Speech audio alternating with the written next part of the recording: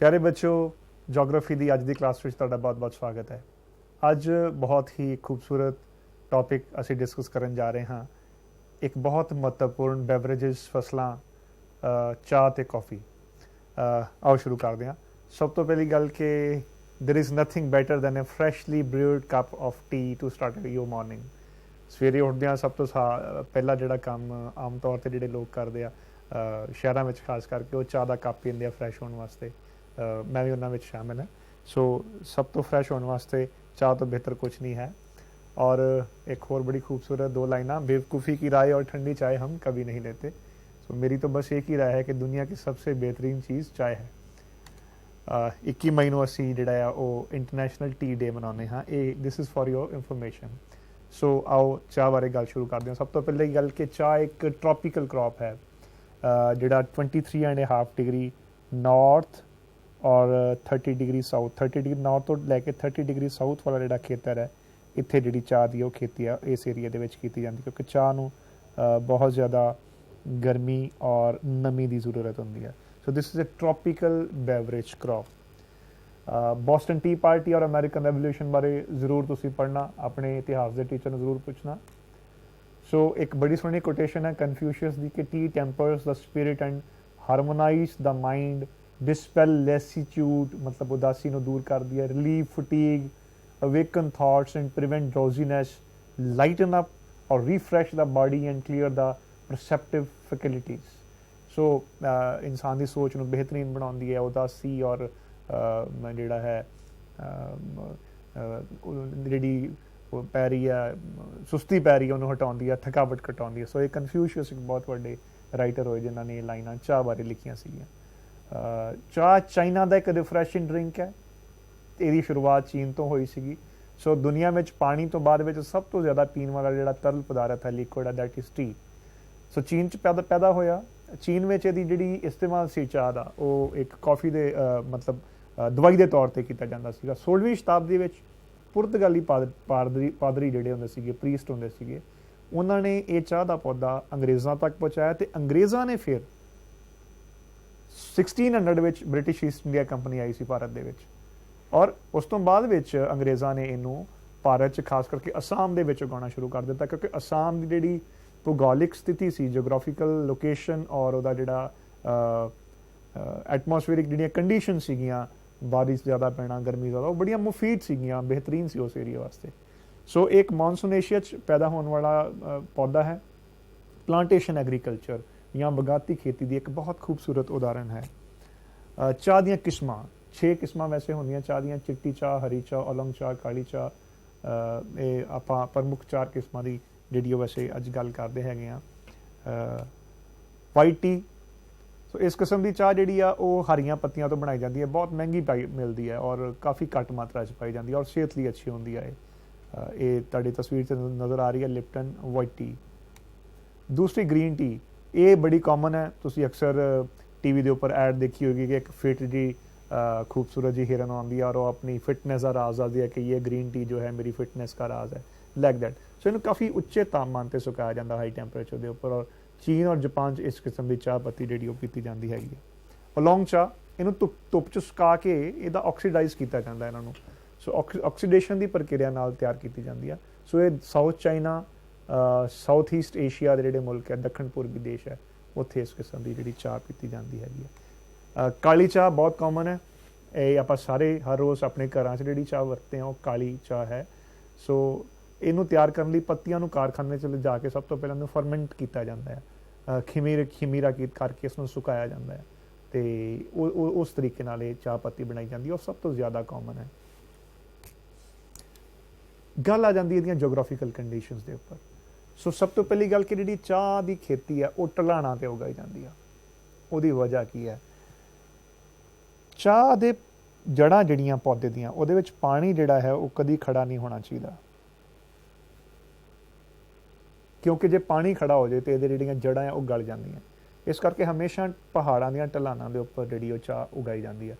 और पत्तियां नूं जिहड़ा तोड़न का काम है, चाह दी पत्तियां आम तौर पर लेडीज़ नूं दिता जाता, औरतों नूं दिता जाता है, क्योंकि औरतों के हत्थ और उन्होंने जिहड़ा लहजा है कुदरती तौर पर परमात्मा वालों बहुत कोमल हिरदे वालियां सहनशील होंदियां और वो ਪੱਤੀਆਂ ਜਿਹੜੀਆਂ ਉਹਨਾਂ ਨੂੰ ਬੜੇ ਤਰੀਕੇ ਨਾਲ ਧਿਆਨ ਨਾਲ ਉਹਨਾਂ ਨੂੰ ਇੱਕ ਤਰੀਕਾ ਹੈ ਕਿ ਉਹ ਉਸ ਨੂੰ ਕਿਸ ਤਰ੍ਹਾਂ ਤੋੜਨਾ ਹੈ। ਜਿਹੜੀਆਂ ਚਾਹ ਦੇ ਪੌਦੇ ਦੀਆਂ ਸਭ ਤੋਂ ਉੱਪਰ ਵਾਲੀਆਂ 2 ਪੱਤੀਆਂ ਉਹ ਸਭ ਤੋਂ ਵਧੀਆ ਚਾਹ ਮੰਨੀ ਜਾਂਦੀ ਹੈ। ਇਸ ਕਰਕੇ ਇਸ ਕੰਮ ਦੇ ਵਿੱਚ ਜ਼ਿਆਦਾਤਰ ਜਿਹੜੀਆਂ ਉਹ ਲੇਡੀਜ਼ ਨੂੰ ਲਗਾਇਆ ਜਾਂਦਾ ਹੈ।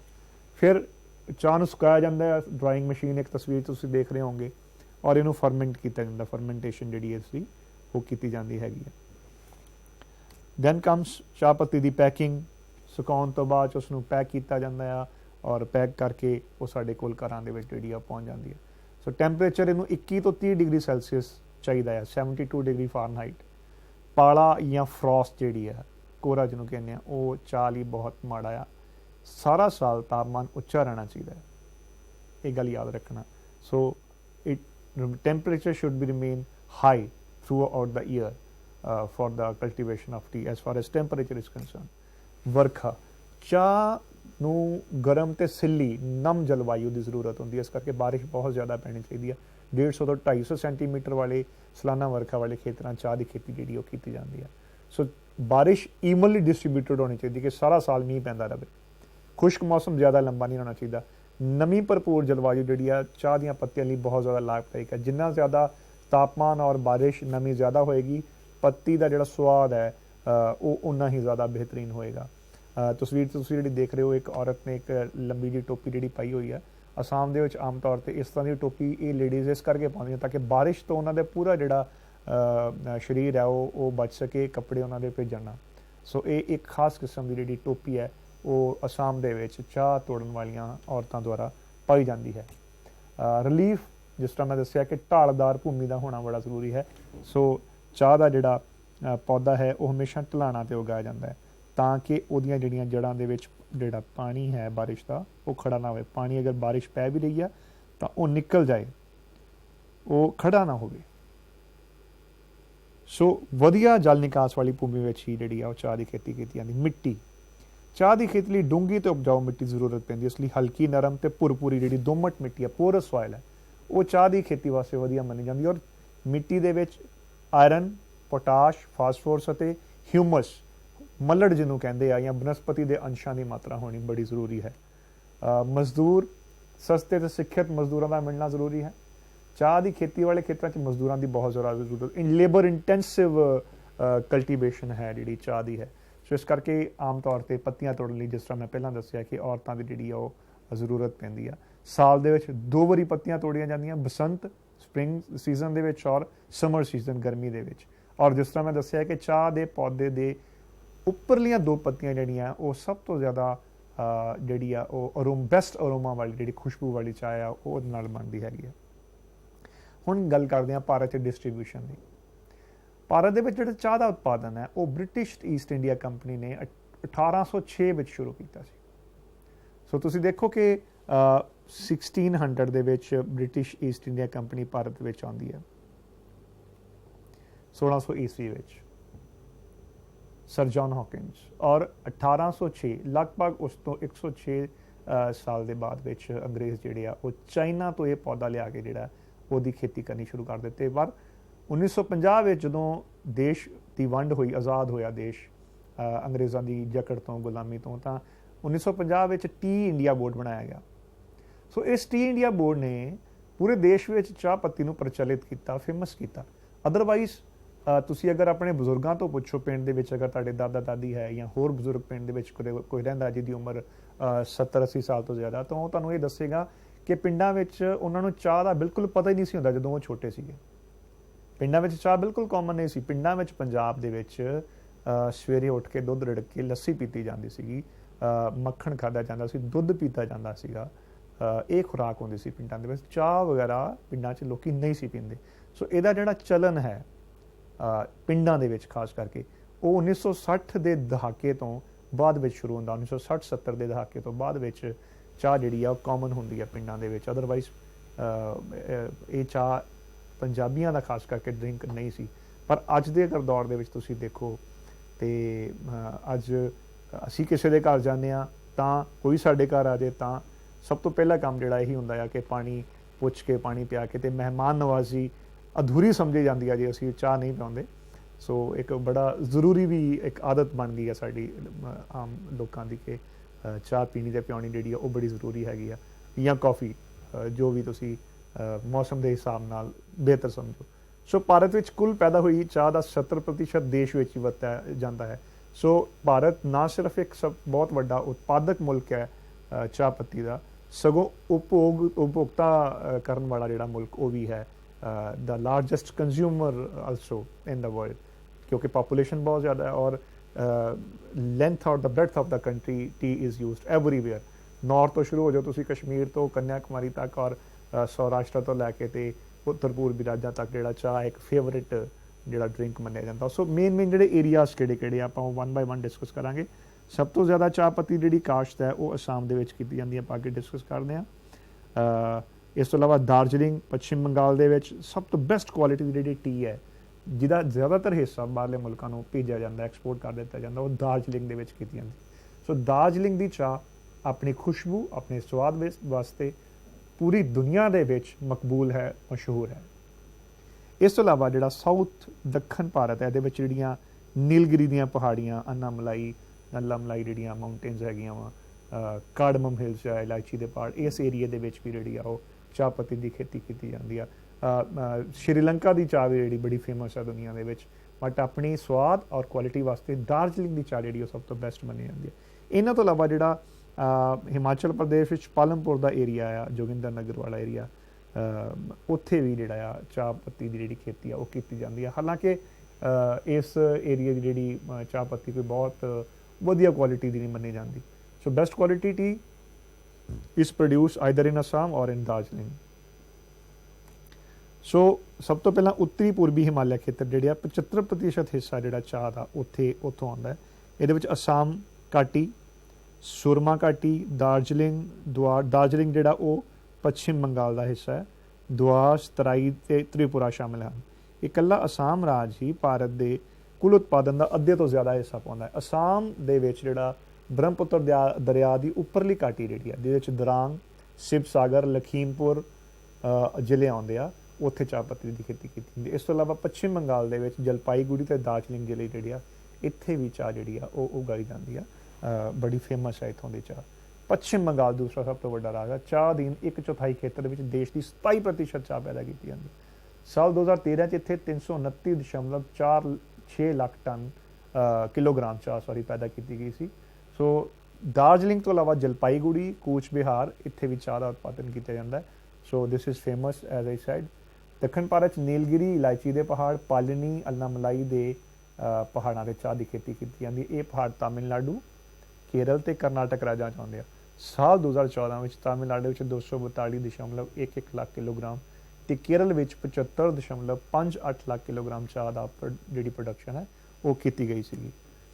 फिर आ जाता उत्तर पश्चिमी ते मध्य भारत। सो उत्तर पश्चिम के जिस तरह मैं पहला दसिया कि कांगड़ा जिला जिहड़ा हिमाचल प्रदेश का, जिहदे विच पालमपुर, जोगिंदर नगर, मंडी, उत्तराखंड च देहरादून, चमोली ते गढ़वाल, झारखंड के छोटा नागपुर, पठारी भाग ते रांची ते हज़ारीबाग जिलों के भी चाह की खेती की जाती है।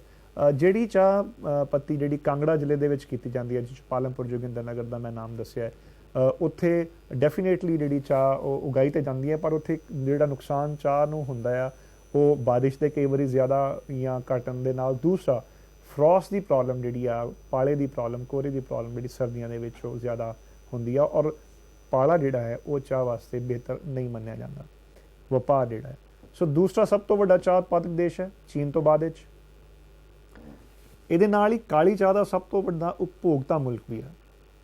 सो साडी आदत की है घरां दे विच कि असीं ये तो करदे नहीं है कि पत्ती जी पाई तो फटाफट जी जिस तरह पहला वाल आया असीं पी लिया, असीं उहनूं चंगी तरह रिन्नी जांदे हां ताकि वो होर ज़्यादा कड़क हो जाए। वैसे ज़्यादा उन्होंने नहीं रिन्नना चाहिए क्योंकि वो जो टॉक्सिक मटीरियल है वो जोड़े शामिल हो जाते जोड़े सेहत वास्ते बेहतर नहीं भी होंगे। सो उन्होंने बहुत ज़्यादा उबालना नहीं चाहिए। चाह की बरामद मतलब एक्सपोर्ट के लिहाज नाल भारत चौथा वड्डा बरामदकार मुल्क है। बरामद मतलब बाहर भेजना, दारामद मतलब इंपोर्ट करना या आयात करना। सो इसका डिफरेंस जोड़ा वो जोग्राफी के स्टूडेंट्स जरूर समझ लियो।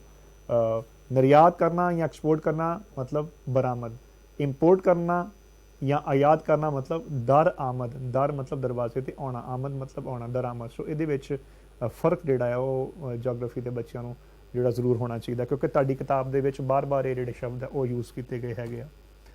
सो सब तो ज़्यादा तुसीं देखो केनिया बहुत ज़्यादा वड्डा इंपोर्टर कंट्री है, चाइना दूसरे नंबर पर है, श्रीलंका है, भारत है। So Kenya is a largest one, दूजे नंबर पर चीन, तीसरे ते श्रीलंका, चौथा वड्डा जिहड़ा एक्सपोर्टर कंट्रीज़ हैगी है। इस अलावा Vietnam, Indonesia, Argentina, Malawi, Uganda, Tanzania, Zimbabwe, ये सारे जिहड़े मुल्क हैगे आ। अर्जेंटीना जिहड़ा दक्षिणी अमरीका च, बाकी युगांडा, तंजानिया अफ्रीकन मुल्क हैगे आ। बांग्लादेश दे विच भी जिहड़ी आ वो चाह दा प्रोडक्शन होंदी है और एक्सपोर्ट की जाती हैगी। कॉफ़ी आ गई। हुण दूसरी सब तो वड्डी जिहड़ी बेवरेज क्रॉप है after T, that is your coffee. हुण सर्दियां दा मौसम आ रहा है, तो सर्दियां दे विच आम तौर ते जिहड़े लोकी आ वो घरां दे विच कॉफ़ी पी के बड़े मतलब खुश रहिंदे हैगे, या कह लो कि बड़ा उन्हां दा एक फेवरेट ड्रिंक है। सो कॉफ़ी दियां जिहड़ियां भूगोलिक हालतां आ, जो कंडीशनस है वो लगभग चाह वालियां। थोड़ा जिहा फर्क यह है कि जिन्नी जिहड़ी बारिश की जरूरत चाह के पौधे में होंदी है, कंपैरेटिवली उन्नी ज़्यादा बारिश जिहड़ी कॉफ़ी नूं नहीं चाहिदी होंदी। तो कॉफ़ी का जिहड़ा इतिहास है, इसकी शुरुआत 1600 ईस्वी तो होंदी है, जदों एक सूफी सन सीगे बाबा बुडन, वो यमन जिहड़ा कंट्री है उत्थे एक शहर तो मक्का वाल उन्होंने जो यात्रा शुरू की मोचा शहर तो उत्थे मोचा शहर च कॉफ़ी दी फलियां तो बनिया कावा पी के देखा। उन्होंने महसूस किया कि बड़े तरोताज़ा महसूस कर रहा। उन्होंने कॉफ़ी के बीज लिया के कर्नाटक के चिकमंगलूर शहर के बीजे, आ जिहड़ा तुसीं देख रहे हो कर्नाटक के विच आ हरे रंग का, ये चिकमंगलूर जिला हैगा। सो इत्थे वो चाह की जिहड़ी आ वो खेती शुरू की, और अज इस खिते नूं बाबा बुडन पहाड़ या बाबा बुडन हिल्स भी कहा जाता है। तापमान कॉफ़ी के पौधे में वधन फुलन लिए 20 तो 27 डिग्री टैंपरेचर चाहिए। कट्टन समय तापमान गर्म होना चाहिए। बारिश 100 तो 200 सेंटीमीटर। आप देखा सीगा कि चाह पत्ती नूं 150 तो 250 सेंटीमीटर रेनफॉल चाहिए। कंपैरेटिवली कॉफ़ी नूं उस तो थोड़ी जी घट बारिश चाहिए, पर बारिश इत्थे भी जिहड़ी आ होनी जरूरी है। कॉफ़ी के बूटे नूं तिखी धुप नुकसान करती है, इस करके आम तौर पर कॉफ़ी की जिहड़ी खेती है ना वो छायादार जिहड़े दरखत होंदे आ उन्हां दे नीचे की जाती है। सो ये भी ढलाना तो उगाई जाती है, क्योंकि कॉफ़ी दी जड़ां दे विच भी बच्चे ध्यान देना कि पानी खड़ा नहीं होना चाहिए। सो कॉफ़ी की जिहड़ी खेती है वो पहाड़ों दी ढलाना ते चाह वांगू उगाई जाती है। मजदूर, सो जिस तरह चाह पत्ती दियां पत्तियां हत्थां नाल तोड़नियां पैंदियां, इस तरह फलियां जिहड़ियां कॉफ़ी के बूटे तो वो हत्थां नाल ही चुगणियां पैंदियां, तोड़नियां पैंदियां। सो इस करके चंगे ते जिहड़े सिੱਖਿਅਤ मजदूर आ उन्हां दी जरूरत पैंदी है। रेल ते सड़की आवाजाही भी अच्छी होनी चाहिए है। कॉफ़ी प्रोड्यूसिंग कंट्रीज़ जिहड़ी सब तो वड्डा देश जिहड़ा ब्राज़ील हैगा। तुसीं देखो कि साउथ अमेरिका के ज़्यादा काफ़ी वड्डे मुल्क जिहड़े कॉफ़ी प्रोडक्शन करते हैं। मैक्सीको का एरिया जिहड़ा है, central America, African countries, Bharat और चीन, साउथ ईस्ट एशिया, ये सारे जिहड़े मुल्क है ये कॉफ़ी जिहड़े उगाउंदे हैगे आ।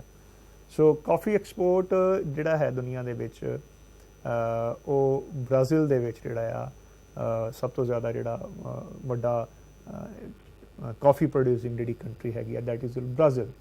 दूसरे नंबर पर वियतनाम है। ये 2020 का जिहड़ा दिसंबर 2020 का जिहड़ा डाटा तुहाडे सामने इस वक्त नज़र आ रहा है। इस तो बाद Indonesia, Uganda, Peru, India. So India जिहड़ा है ब्राज़ील सब तो उपर, 2 नंबर पर Vietnam, Colombia 3, Indonesia 4, Uganda 5, Peru 6 और भारत का जिहड़ा 7वां नंबर है कॉफ़ी की प्रोडक्शन दे विच। बट तुसीं देखो भारत 4.07% जिहड़ी आ कॉफ़ी की खेती की जाती हैगी है। सो ब्राज़ील सब तो ज़्यादा वड्डा उत्पादक देश है, 30.16। उस तो बाद विच तुहाडा आ गया वियतनाम 19.18%। भारत का जिहड़ा तुसीं याद रखो 4.07%। ये साल 2020 का जिहड़ा डाटा हैगा तुहाडे कोल। हुण कॉफ़ी दी 3 किस्मां मकबूल है। सब तो पहला है रोबस्टा।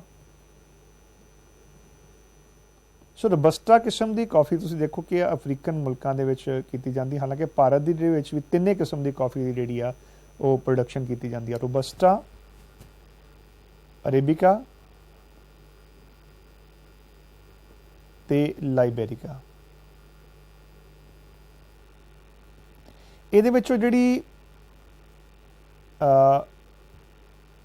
रोबस्टा किस्म की कॉफ़ी है जिहड़ी ये मीडियम स्टैंडर्ड दी है।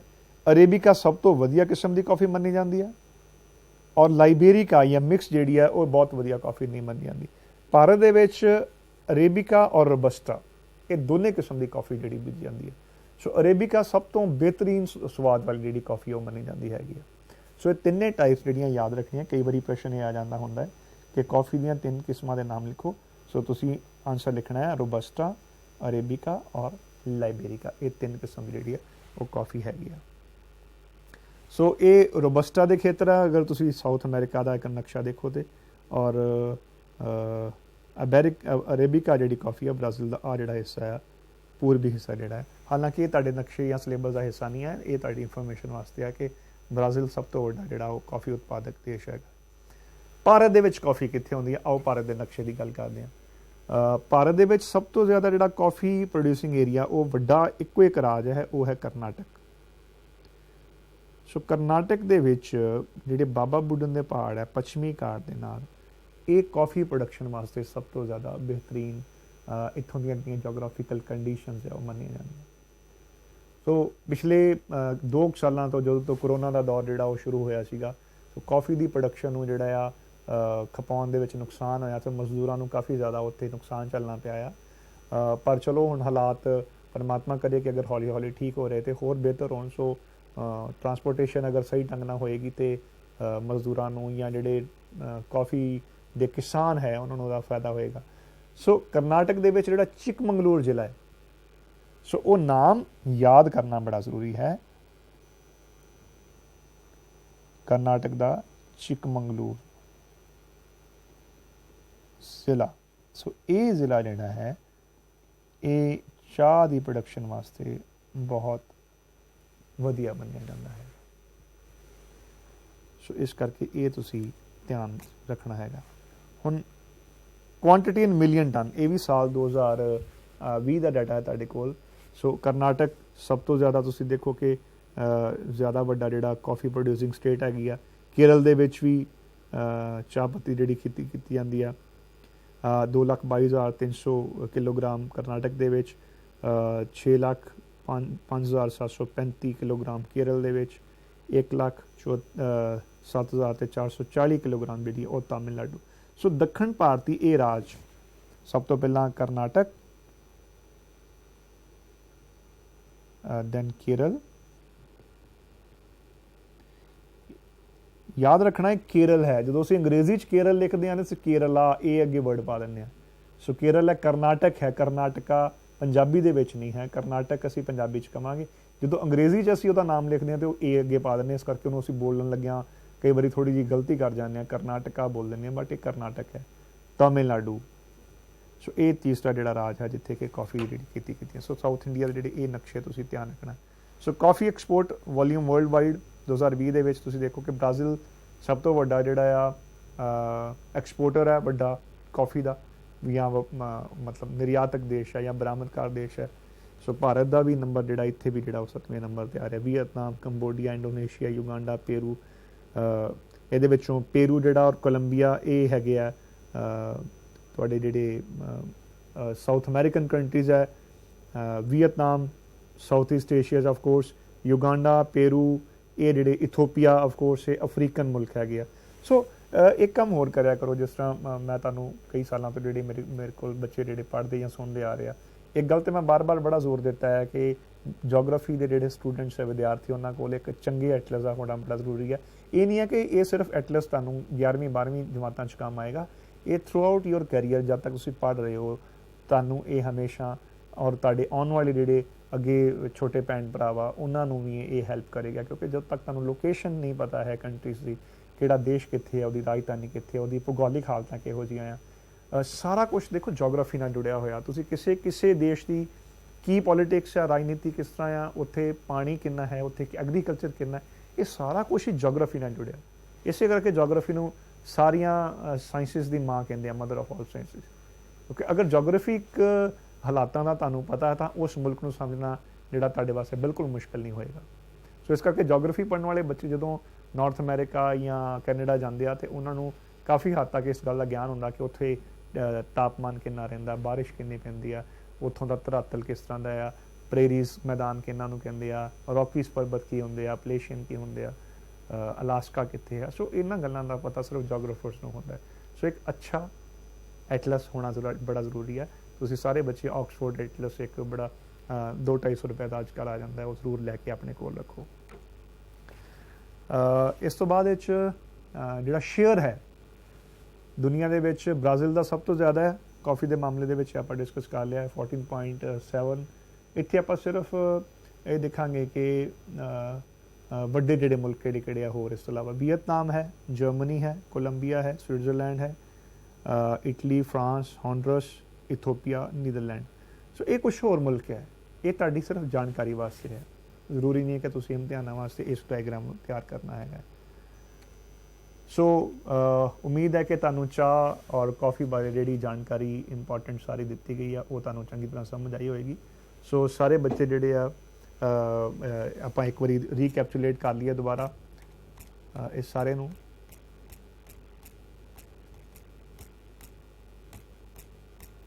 ਸਭ ਤੋਂ ਪਹਿਲਾਂ ਤੇ ਜਿਹੜੀ ਚਾਹ ਪੱਤੀ ਜਿਹੜੀ ਕਲਟੀਵੇਸ਼ਨ ਆ, ਇਹਦੀਆਂ ਜੋਗ੍ਰਾਫੀਕਲ ਕੰਡੀਸ਼ਨਸ ਇੱਕ ਵਾਰੀ ਫਿਰ ਦੇਖ ਲਓ ਕਿ ਢਲਾਣਾਂ 'ਤੇ ਉਗਾਈ ਜਾਂਦੀ ਹੈ, ਜਿਸ ਤਰ੍ਹਾਂ ਮੈਂ ਪਹਿਲਾਂ ਦੱਸਿਆ ਸੀਗਾ, ਤਾਂ ਕਿ ਪਾਣੀ ਖੜਾ ਨਾ ਹੋਵੇ। ਔਰ ਚਾਹ ਪੱਤੀ ਤੋੜਨ ਵਾਸਤੇ ਜਿਹੜੇ ਹੈ ਉਹ ਔਰਤਾਂ ਨੂੰ ਜਿਹੜਾ ਆਮ ਤੌਰ 'ਤੇ ਇੰਪਲਾਈ ਕੀਤਾ ਜਾਂਦਾ ਹੈ। ਇਹ ਜੋਗ੍ਰਾਫੀਕਲ ਕੰਡੀਸ਼ਨ ਨੂੰ ਇੱਕ ਵਾਰੀ ਦੁਬਾਰਾ ਦੁਹਰਾ ਲੈਂਦੇ ਹਾਂ। ਚਾਹ ਪੱਤੀ ਨੂੰ ਸੁਕਾਇਆ ਜਾਂਦਾ ਹੈ, ਸੁਕਾਉਣ ਤੋਂ ਬਾਅਦ ਉਹਦੀ ਫਰਮੈਂਟੇਸ਼ਨ ਕੀਤੀ ਜਾਂਦੀ, ਖਮੀਰਾ ਕੀਤਾ ਜਾਂਦਾ ਹੈ, ਫਿਰ ਉਹਨੂੰ ਪੈਕ ਕਰਕੇ ਸਾਡੇ ਕੋਲ ਜਿਹੜੇ ਆ ਉਹ ਦਿੰਦੇ ਹੈਗੇ। ਇਸ ਤੋਂ ਬਾਅਦ ਵਿੱਚ ਚਾਹ ਲਈ ਲੋੜੀਂਦੀਆਂ ਭੂਗੋਲਿਕ ਹਾਲਤਾਂ ਇੱਕ ਵਾਰੀ ਲਿਖ ਲਓ ਕਿ ਟੈਂਪਰੇਚਰ ਜਿਹੜਾ ਆ ਉਹ ਤੁਹਾਨੂੰ 21 ਤੋਂ 30 ਡਿਗਰੀ ਸੈਲਸੀਅਸ ਤੱਕ ਚਾਹੀਦਾ ਹੈ, ਗਰਮੀ ਹੋਣੀ ਚਾਹੀਦੀ ਆ। ਚਾਹ ਲਈ ਫਰੋਸਟ ਜਾਂ ਕੋਰਾ ਜਿਹੜਾ ਉਹ ਬਹੁਤ ਮਾੜਾ ਆ, ਇਸ ਕਰਕੇ ਸਾਰਾ ਸਾਲ ਜਿਹੜਾ ਤਾਪਮਾਨ ਆ ਉੱਚਾ ਰਹਿਣਾ ਚਾਹੀਦਾ। ਇਹ ਗੱਲ ਵੀ ਜਿਹੜੀ ਜ਼ਰੂਰੀ ਨੋਟ ਕਰਨ ਵਾਲੀ ਹੈ। ਦੈਨ ਬਾਰਿਸ਼ ਬਹੁਤ ਜ਼ਿਆਦਾ ਚਾਹੀਦੀ ਹੈ, 150 ਤੋਂ 250 ਸੈਂਟੀਮੀਟਰ ਜਿਹੜੀ ਬਾਰਿਸ਼ ਹੈ ਉਹ ਈਵਨਲੀ ਡਿਸਟਰੀਬਿਊਟਡ ਹੋਣੀ ਚਾਹੀਦੀ ਹੈ ਸਾਰਾ ਸਾਲ, ਤਾਂ ਕਿ ਬਾਰਿਸ਼ ਜਿਹੜੀ ਪੈਂਦੀ ਰਹੇ। ਖੁਸ਼ਕ ਮੌਸਮ ਜ਼ਿਆਦਾ ਲੰਬਾ ਨਹੀਂ ਹੋਣਾ ਚਾਹੀਦਾ। ਔਰ ਨਮੀ ਭਰਪੂਰ ਜਿਹੜੀ ਜਲਵਾਯੂ ਹੈ, ਮੋਇਸਟ ਕਲਾਈਮੇਟ ਜਿਹੜਾ ਹੈ ਉਹ ਚਾਹ ਦੀਆਂ ਪੱਤੀਆਂ ਲਈ ਬਹੁਤ ਅੱਛਾ ਹੈਗਾ। ਧਰਾਤਲ, ਜਿਸ ਤਰ੍ਹਾਂ ਮੈਂ ਦੱਸਿਆ ਕਿ ਚਾਹ ਦੀ ਜਿਹੜੀ ਖੇਤੀ ਆ ਉਹ ਸਿਰਫ ਢਲਾਣਾਂ 'ਤੇ ਕੀਤੀ ਜਾਂਦੀ ਹੈ। ਉਹਦੀ ਖਾਸ ਵਜ੍ਹਾ ਹੈ ਕਿ ਚਾਹ ਦੇ ਪੌਦਿਆਂ ਦੇ ਵਿੱਚ ਪਾਣੀ ਖੜਾ ਨਹੀਂ ਹੋਣਾ ਚਾਹੀਦਾ। ਜਿਸ ਤਰ੍ਹਾਂ ਹੀ ਮੀਂਹ ਪੈ ਰਿਹਾ ਵਾ, ਨਾਲ ਹੀ ਜਿਹੜਾ ਪਾਣੀ ਆ ਉਹ ਨੀਚੇ ਫਲੋ ਕਰ ਜਾਵੇ। ਸੋ ਸਟੀਪ ਸਲੋਪਸ ਦੇ ਉੱਪਰ ਚਾਹ ਨੂੰ ਉਗਾਇਆ ਜਾਂਦਾ। ਅਗਰ ਤੁਸੀਂ ਇਸ ਤਸਵੀਰ ਦੇ ਵਿੱਚ ਤੁਸੀਂ ਦੇਖੋ ਤਾਂ ਜਿਹੜੇ ਲੋਕ ਕੰਮ ਕਰ ਰਹੇ, ਇਹ ਇੱਕ ਬਿਲਕੁਲ ਤਿੱਖੀ ਢਲਾਨ ਹੈ ਜਿਹਦੇ ਵਿੱਚੋਂ ਚਾਹ ਦੀ ਜਿਹੜੀ ਖੇਤੀ ਕੀਤੀ ਜਾ ਰਹੀ, ਤਾਂ ਕਿ ਪਾਣੀ ਜਿਹੜਾ ਅਗਰ ਬਾਰਿਸ਼ ਪਵੇ ਵੀ ਤਾਂ ਉਹ ਨੀਚੇ ਵਹਿ ਜਾਏ। ਦੈਨ ਮਿੱਟੀ ਲਈ ਜਿਹੜੀ ਦੋਮਟ ਮਿੱਟੀ ਹੈ, ਜਿਹੜੀ ਤੁਹਾਡੀ ਪੋਰਸ ਲੋਮੀ ਸੋਇਲ ਹੈ, ਇਹ ਬਹੁਤ ਅੱਛੀ ਹੈਗੀ ਆ। ਮਿੱਟੀ 'ਚ ਲੋਹਾ, ਫਾਸਫੋਰਸ, ਪੋਟਾਸ਼ ਤੇ ਹਿਊਮਸ ਦੀ ਮਾਤਰਾ ਹੋਣੀ ਚਾਹੀਦੀ ਹੈ। ਇਹ ਵੀ ਤੁਸੀਂ ਆਪਣੀਆਂ ਕਾਪੀਜ਼ ਦੇ ਵਿੱਚ ਜ਼ਰੂਰ ਨੋਟ ਕਰ ਲਓ। ਮਜ਼ਦੂਰਾਂ ਲਈ ਬਹੁਤ ਇੱਕ ਮਜ਼ਦੂਰ, ਕਿਉਂਕਿ ਲੇਬਰ ਇੰਟੈਂਸਿਵ ਕ੍ਰੌਪ ਹੈਗੀ ਆ, ਪਲਾਂਟੇਸ਼ਨ ਐਗਰੀਕਲਚਰ ਦੀ ਇੱਕ ਕਿਸਮ ਹੈਗੀ ਆ। ਸੋ ਚੰਗੇ ਅਤੇ ਸਿੱਖਿਅਤ ਮਜ਼ਦੂਰਾਂ ਦਾ ਜਿਹੜਾ ਉਹ ਹੋਣਾ ਬੜਾ ਜ਼ਰੂਰੀ ਹੈ।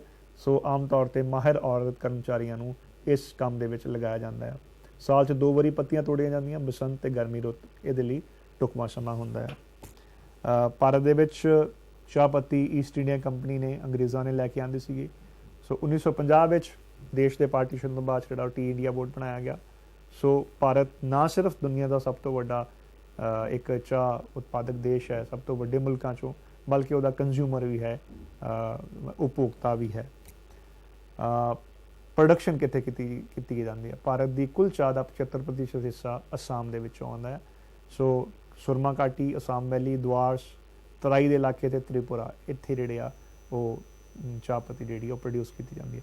ਸਿਰਫ ਅਸਾਮ ਹੀ ਅੱਧੇ ਤੋਂ ਜ਼ਿਆਦਾ ਚਾਹ ਪੱਤੀ ਪੈਦਾ ਕਰਦਾ ਹੈ, ਜਿਹਦੇ ਵਿੱਚ ਸਿਲੀਗੁੜੀ ਕੋਰੀਡੋਰ ਦਾ ਜਿਹੜਾ ਏਰੀਆ ਹੈ ਤੁਹਾਡਾ, ਤਰਾਂਗ, ਸ਼ਿਵਸਾਗਰ, ਲਖੀਮਪੁਰ ਜ਼ਿਲ੍ਹੇ ਜਿਹੜੇ ਆ, ਅਤੇ ਪੱਛਮ ਬੰਗਾਲ ਦਾ ਆਪਾਂ ਡਿਸਕਸ ਕੀਤਾ ਹੀ ਆ ਕਿ ਜਿਹਦੇ ਵਿੱਚ ਜਲਪਾਈਗੁੜੀ, ਕੂਚ ਬਿਹਾਰ, ਦਾਰਜਲਿੰਗ, ਇਹ ਕੁਝ ਪ੍ਰਮੁੱਖ ਜ਼ਿਲ੍ਹੇ ਹੈਗੇ ਆ। ਔਰ ਦਾਰਜਲਿੰਗ ਦੀ ਚਾਹ ਆਪਣੇ ਸਵਾਦ ਵਾਸਤੇ ਪੂਰੀ ਦੁਨੀਆ ਦੇ ਵਿੱਚ ਫੇਮਸ ਹੈਗੀ ਆ। ਦਾਰਜਲਿੰਗ ਆਟੋਨੋਮਸ ਰੀਜਨ ਜਿਹੜਾ ਆ ਉਹਦੇ ਵਾਸਤੇ ਵੀ ਜਿਹੜਾ ਇੱਕ ਫੇਮਸ ਏਰੀਆ ਹੈਗਾ ਹੈ, ਉਹਦੇ ਬਾਰੇ ਕਿਹਾ ਜਾਂਦਾ ਆ। ਸੋ ਦੱਖਣ ਭਾਰਤ ਵਿੱਚ ਕਿੱਥੇ ਕਿੱਥੇ ਜਿਹੜੀ ਚਾਹ ਪੱਤੀ ਉਗਾਈ ਜਾਂਦੀ ਹੈ ਉਹਨੂੰ ਇੱਕ ਵਾਰੀ ਦੇਖ ਲਈਏ। ਨੀਲਗਿਰੀ, ਇਲਾਇਚੀ ਦੇ ਪਹਾੜੀਆਂ, ਕਾਡਮਮ ਹਿਲਸ, ਪਾਲਣੀ, ਅੰਨਾਮਲਾਈ, ਇਹਨਾਂ ਪਹਾੜਾਂ 'ਤੇ ਚਾਹ ਦੀ ਖੇਤੀ ਕੀਤੀ ਜਾਂਦੀ ਹੈ।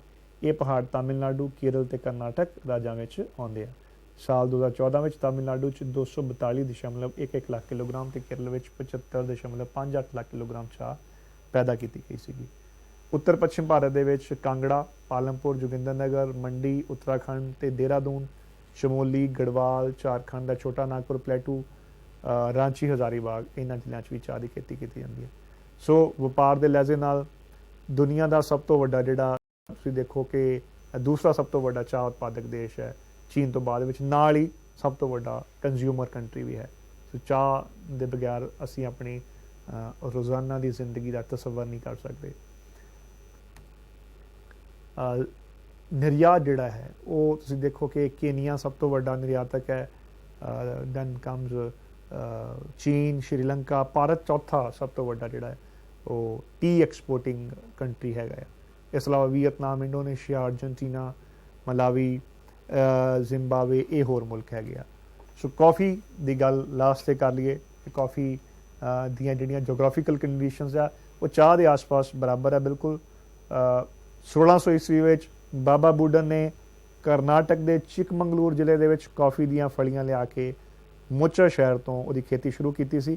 ਅੱਜ ਇਹ ਖਿੱਤਾ ਕੌਫੀ ਪ੍ਰੋਡਕਸ਼ਨ ਵਾਸਤੇ ਦੁਨੀਆ ਦੇ ਵਿੱਚ ਮਸ਼ਹੂਰ ਹੈ। ਸੋ ਬੈਸਟ ਕਿਸਮ ਦੀ ਜਿਹੜੀ ਕੌਫੀ ਹੈ ਅਰੇਬਿਕਾ ਔਰ ਰੋਬਸਟਾ, ਇਹ ਇਸ ਇਲਾਕੇ ਦੇ ਵਿੱਚ ਬੀਜੀ ਜਾਂਦੀ ਹੈ। ਚਾਹ ਦੇ ਪੌਦੇ ਨੂੰ 20 ਤੋਂ 27 ਡਿਗਰੀ ਟੈਂਪਰੇਚਰ ਚਾਹੀਦਾ ਹੈ ਔਰ ਬਾਰਿਸ਼ ਜਿਹੜੀ ਆ ਉਹ 100 ਤੋਂ 200 ਸੈਂਟੀਮੀਟਰ। ਤਿੱਖੀ ਧੁੱਪ ਨਹੀਂ ਚਾਹੀਦੀ। ਫਰੋਸਟ ਚਾਹ ਵਾਂਗੂ ਕੌਫੀ ਵਾਸਤੇ ਵੀ ਮਾੜੀ ਹੈਗੀ ਆ। ਇਸ ਕਰਕੇ ਜ਼ਿਆਦਾਤਰ ਜਿਹੜੀ ਕੌਫੀ ਆ ਉਹ ਦਰਖਤਾਂ ਦੀ ਛਾਂ ਹੇਠਾਂ ਉਗਾਈ ਜਾਂਦੀ ਹੈ। ਇਹਦੀਆਂ ਜੜ੍ਹਾਂ 'ਚ ਵੀ ਪਾਣੀ ਖੜਾ ਨਹੀਂ ਰਹਿਣਾ ਚਾਹੀਦਾ। ਸੋ ਇਹ ਵੀ ਤਿੱਖੀਆਂ ਢਲਾਣਾਂ 'ਤੇ ਹੀ ਖੇਤੀ ਕੀਤੀ ਜਾਂਦੀ ਹੈ। ਸੋ ਮਜ਼ਦੂਰ ਜਿਹੜੇ ਆ ਉਹ ਚੰਗੇ ਤੇ ਸਸਤੇ ਮਜ਼ਦੂਰਾਂ ਦੀ ਬਹੁਤ ਜ਼ਿਆਦਾ ਲੋੜ ਪੈਂਦੀ ਆ। ਸੋ ਇਹ ਆਪਾਂ ਕੁਝ ਡਾਟਾ ਦੇਖਿਆ ਸੀਗਾ ਕਿ ਸਾਲ ਦਸੰਬਰ 2020 ਦੇ ਵਿੱਚ ਜਿਹੜਾ ਲੀਡਿੰਗ ਐਕਸਪੋਰਟਿੰਗ ਕੰਟਰੀਜ਼ ਦੇ ਵਿੱਚ ਬ੍ਰਾਜ਼ੀਲ ਸਭ ਤੋਂ ਉੱਪਰ ਸੀਗਾ, ਭਾਰਤ 7ਵੇਂ ਨੰਬਰ 'ਤੇ ਸੀਗਾ। This one is 7th country. ਉਸ ਤੋਂ ਬਾਅਦ ਬ੍ਰਾਜ਼ੀਲ ਤੋਂ ਬਾਅਦ Vietnam, Columbia, Indonesia, Uganda, Peru. ਆਪਾਂ ਸਿਰਫ ਇੰਡੀਆ ਕਰਨਾ ਹੈਗਾ ਕਿ 7ਵਾਂ ਵੱਡਾ ਜਿਹੜਾ ਪ੍ਰੋਡਿਊਸਿੰਗ ਕੰਟਰੀ ਹੈਗਾ। ਬ੍ਰਾਜ਼ੀਲ ਸਭ ਤੋਂ ਉੱਪਰ ਹੈਗਾ। 3 ਕਿਸਮ ਦੀ ਕੌਫੀ ਇਹ ਯਾਦ ਕਰ ਲੈਣਾ, ਰੋਬਸਟਾ, ਅਰੇਬਿਕਾ, ਲਾਇਬੇਰਿਕਾ। ਇਹ ਸਾਊਥ ਅਮਰੀਕਾ ਦੇ ਵਿੱਚ ਬ੍ਰਾਜ਼ੀਲ ਦਾ ਏਰੀਆ ਜਿੱਥੇ ਅਰੇਬਿਕਾ ਔਰ ਰੋਬਸਟਾ ਕਿਸਮ ਦੀ ਕੌਫੀ ਜਿਹੜੀ ਬੀਜੀ ਜਾਂਦੀ ਆ। ਔਰ ਤੁਹਾਨੂੰ ਪਤਾ ਹੋਏਗਾ ਕਿ ਜਿਹੜਾ ਸਾਊਥ ਅਫਰੀਕਾ ਉਹ ਆਪਣੇ ਬ੍ਰਾਜ਼ੀਲ ਦਾ ਏਰੀਆ ਆ ਐਮਾਜ਼ਨ ਦੇ ਜੰਗਲਾਂ ਵਾਸਤੇ ਬੜਾ ਦੁਨੀਆ 'ਚ ਮਸ਼ਹੂਰ ਏਰੀਆ ਹੈਗਾ।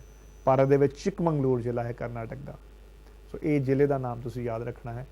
ਚਿਕਮੰਗਲੂਰ ਕਰਨਾਟਕ ਤੋਂ ਇਲਾਵਾ ਭਾਰਤ ਦੇ ਵਿੱਚ ਕੇਰਲ ਔਰ ਤਾਮਿਲਨਾਡੂ, ਇਹਨਾਂ ਦੋਵਾਂ ਰਾਜਾਂ 'ਚ ਵਿੱਚ ਵੀ ਕੌਫੀ ਦੀ ਜਿਹੜੀ ਖੇਤੀ ਕੀਤੀ ਜਾਂਦੀ ਹੈ। ਕੌਫੀ ਐਕਸਪੋਰਟਰ ਕੰਟਰੀ ਵਿੱਚ ਵੀ ਬ੍ਰਾਜ਼ੀਲ ਸਭ ਤੋਂ ਉੱਪਰ ਔਰ ਇੰਡੀਆ ਫਿਰ ਉਹ 7ਵੇਂ ਨੰਬਰ 'ਤੇ ਆਪਾਂ ਦੇਖ ਲਿਆ ਹੋਇਆ ਹੈ। ਸੋ ਉਮੀਦ ਹੈ ਕਿ ਤੁਹਾਨੂੰ ਇਹ ਦੋਵੇਂ ਬੈਵਰੇਜਸ ਕ੍ਰੌਪ ਜਿਹੜਾ ਤੁਹਾਡੇ ਸਿਲੇਬਸ ਦਾ ਚੌਥੇ ਚੈਪਟਰ ਦਾ ਹਿੱਸਾ ਆ ਉਹਦੇ ਬਾਰੇ ਤੁਹਾਨੂੰ ਕੰਪਲੀਟ ਜਿਹੜੀ ਨੌਲੇਜ ਆ ਉਹ ਜਾਣਕਾਰੀ ਮਿਲ ਗਈ ਹੋਏਗੀ। ਸੋ ਮੇਰੀ ਰਿਕੁਐਸਟ ਹੈ ਸਾਰੇ ਬੱਚਿਆਂ ਨੂੰ ਕਿ ਐਟਲਸ ਜ਼ਰੂਰ ਰੱਖੋ ਔਰ ਭਾਰਤ ਦਾ ਇੱਕ ਪੋਲੀਟੀਕਲ ਰਾਜਨੀਤਿਕ ਨਕਸ਼ਾ ਲੈ ਕੇ ਉਹਦੇ ਵਿੱਚ ਸਟੇਟਸ ਫਿਲ ਕਰੋ ਕਿ ਕਿੱਥੇ ਕਿੱਥੇ ਚਾਹ ਪੱਤੀ ਦੀ ਖੇਤੀ ਕੀਤੀ ਜਾਂਦੀ ਹੈ ਔਰ ਕਿੱਥੇ ਕਿੱਥੇ ਤੁਹਾਡੀ ਕੌਫੀ ਦੀ ਖੇਤੀ ਕੀਤੀ ਜਾਂਦੀ ਹੈ। ਇਹ ਬੜਾ ਜ਼ਰੂਰੀ ਹੈ ਤਾਂ ਕਿ ਇਹ ਚੀਜ਼ਾਂ ਨਾ ਸਿਰਫ ਤੁਹਾਡੇ ਐਗਜ਼ਾਮੀਨੇਸ਼ਨ ਹੁਣ ਜਿਹੜੇ ਹੋਣੇ ਆ ਤੁਹਾਡੇ ਬੋਰਡ ਦੇ ਉਹਦੇ ਵਿੱਚ, ਸਗੋਂ ਕਿ ਤੁਸੀਂ ਆਉਣ ਵਾਲੇ ਟਾਈਮ ਦੇ ਵਿੱਚ ਅਗਰ ਤੁਸੀਂ ਕੰਪੀਟੀਟਿਵ ਐਗਜ਼ਾਮੀਨੇਸ਼ਨ ਦਿੰਦੇ ਹੋ ਉਹਦੇ ਵਿੱਚ ਬੈਠਦੇ ਹੋ ਤਾਂ ਇਹ ਸਾਰੀ ਜਾਣਕਾਰੀ ਔਰ ਨਕਸ਼ਿਆਂ ਦੀ ਜਿਹੜੀ ਪ੍ਰੈਕਟਿਸ ਹੈ ਇਹ ਤੁਹਾਡੇ ਉਦੋਂ ਵੀ ਕੰਮ ਆਏਗੀ। ਦੂਸਰੀ ਗੱਲ ਜਿਹੜੀ ਹੈ ਕਿ ਤੁਸੀਂ ਟੀ ਦੀ ਪ੍ਰੋਡਕਸ਼ਨ, ਟੀ ਨਾਲ ਚਾਹ ਪੱਤੀ ਨਾਲ ਜੁੜੀਆਂ ਜਿਹੜੀਆਂ ਸਮੱਸਿਆਵਾਂ ਉਹਨਾਂ ਨੂੰ ਆਉਂਦੀਆਂ ਜਾਂ ਕਾਫੀ ਨਾਲ ਜੁੜੀਆਂ ਪ੍ਰੋਬਲਮਸ ਜਿਹੜੀਆਂ ਉਹਨਾਂ ਨੂੰ ਅਖਬਾਰਾਂ ਦੇ ਜ਼ਰੀਏ ਜ਼ਰੂਰ ਪੜ੍ਹਿਆ ਕਰੋ। ਜਦ ਤੱਕ ਤੁਸੀਂ ਜੀਓਗ੍ਰਾਫੀ ਨੂੰ ਕਰੰਟ ਅਫੇਅਰਸ ਦੇ ਨਾਲ ਕੋਰਿਲੇਟ ਨਹੀਂ ਕਰੋਗੇ ਤੁਹਾਨੂੰ ਸਬਜੈਕਟ ਜਿਹੜਾ ਉਹ ਪੜ੍ਹਨ ਦਾ ਜਿਹੜਾ ਫਾਇਦਾ ਨਹੀਂ ਹੋਏਗਾ। ਸੋ ਉਹਨੂੰ ਜਿੰਨਾ ਜ਼ਿਆਦਾ ਕਰੰਟ ਨਾਲ ਐਸੋਸੀਏਟ ਕਰ ਸਕਦੇ ਹੋ ਉਹਨਾਂ ਕਰਨ ਦੀ ਕੋਸ਼ਿਸ਼ ਕਰੋ। ਸੋ ਅਖਬਾਰ ਅੱਛੀ ਪੜ੍ਹਨੀ ਆਪਣੀਆਂ ਕਿਤਾਬਾਂ ਦੇ ਨਾਲ ਬੜੀ ਜ਼ਰੂਰੀ ਹੈ।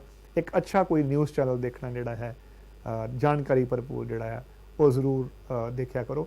ਇਹਦੇ ਨਾਲ ਜਿਹੜੇ ਤੁਹਾਡੇ ਡਿਸਕਵਰੀ, ਨੈਸ਼ਨਲ ਜੀਓਗ੍ਰਾਫਿਕ ਔਰ ਇਹ ਕੁਛ ਐਨੀਮਲ ਪਲੈਨਟ ਵਗੈਰਾ ਜਿਹੜੇ ਅੱਛੇ ਚੈਨਲ ਹੈ ਜੋ ਸਮਾਂ ਮਿਲੇ, ਬਜਾਏ ਇਸ ਦੇ ਕਿ ਤੁਸੀਂ ਆਪਣਾ ਹੋਰ ਕਿਸੇ ਚੈਨਲ ਦੇ ਉੱਪਰ ਆਪਣਾ ਸਮਾਂ ਬਰਬਾਦ ਕਰੋ।